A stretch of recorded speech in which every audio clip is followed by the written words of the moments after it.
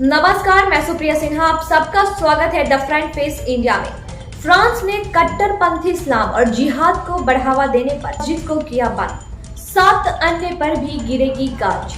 France सरकार ने कट्टरपंथी इस्लाम को पनाह देने और आतंकवादी हमलों को वैध ठहराने के लिए ले मैंस के पास एलोनेस में एक मस्जिद को बंद करने का आदेश दिया है। गृह मंत्री गेराल्ड डारमैनिन ने कहा है कि मस्जिद को 6 महीने के लिए बंद कर दिया गया है। इसके साथ ही मस्जिद के प्रशंसकों के बैंक अकाउंट भी जब्त कर लिए गए हैं। मस्जिद पर लगे आरोपों में फ्रांस, पश्चिमी देशों, ईसाइयों और यहूदियों के प्रति नफरत भड़काना शामिल है। डारमैनिन ने बंद का सपोर्ट करते हुए ट्विटर पर लिखा, इस मस्जिद में फ्रांस के प्रति घृणा पैदा करने वाले संदेशों के जरिए भड़काया गया। प्रशासन ने कहा है कि नफरत और भेदभाव के अलावा मस्जिद ने फ्रांस में शरिया की स्थापना को भी बढ़ावा दिया। मस्जिद के साथ साथ उसके द्वारा आयोजित इस्लामिक स्कूल को भी यह कहते हुए बंद कर दिया गया है कि स्कूल में सशस्त्र जिहाद को बढ़ावा दिया गया था। बुधवार यानी कि 27 अक्टूबर 2021 को स्कूल के दरवाजे पर एक नोटिस चिपका हुआ था, जिसमें लिखा गया था कि कक्षाओं को अगली सूचना तक निलंबित कर दिया गया है। फ्रांस के आंतरिक मंत्री ने यह भी कहा है कि साल के अंत तक 7 और एसोसिएशन या मजहबी भवनों को बंद करने की योजना पर काम चल रहा है।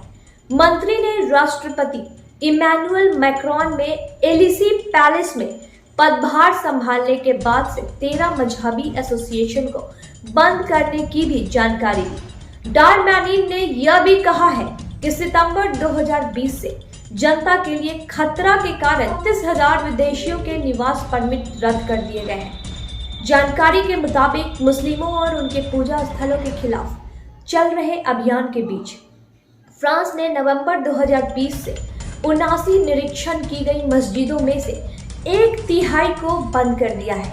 इससे पहले खबर आई थी कि फ्रांसीसी सरकार ने 1 साल से भी कम समय में लगभग 30 मस्जिदों को बंद कर दिया था। साथ ही गवर्नरेट ने 25 अक्टूबर को एक बयान जारी कर कहा है कि एलोनेस में 300 लोगों की क्षमता वाली मस्जिद को इस आधार पर 6 महीने के लिए बंद कर दिया गया। यह एक अभियान का हिस्सा था जिसकी अंतरराष्ट्रीय मानवाधिकार संगठनों के साथ साथ वैश्विक नेताओं, विशेष रूप से मुस्लिम बहुल देशों में दुनिया भर में आलोचना की गई थी।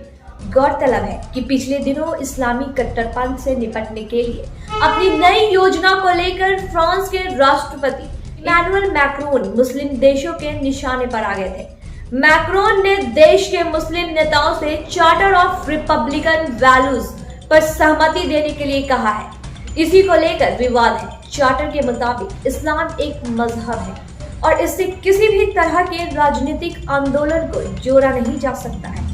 चार्टर के तहत फ्रांस के मुस्लिम संगठनों में किसी भी तरह के विदेशी हस्तक्षेप को प्रतिबंधित किया गया। इसके अलावा सरकारी अधिकारियों से धार्मिक आधार पर किसी भी तरह की बहस करने वालों के खिलाफ भी सख्त सजा का प्रावधान किया गया है। धन्यवाद।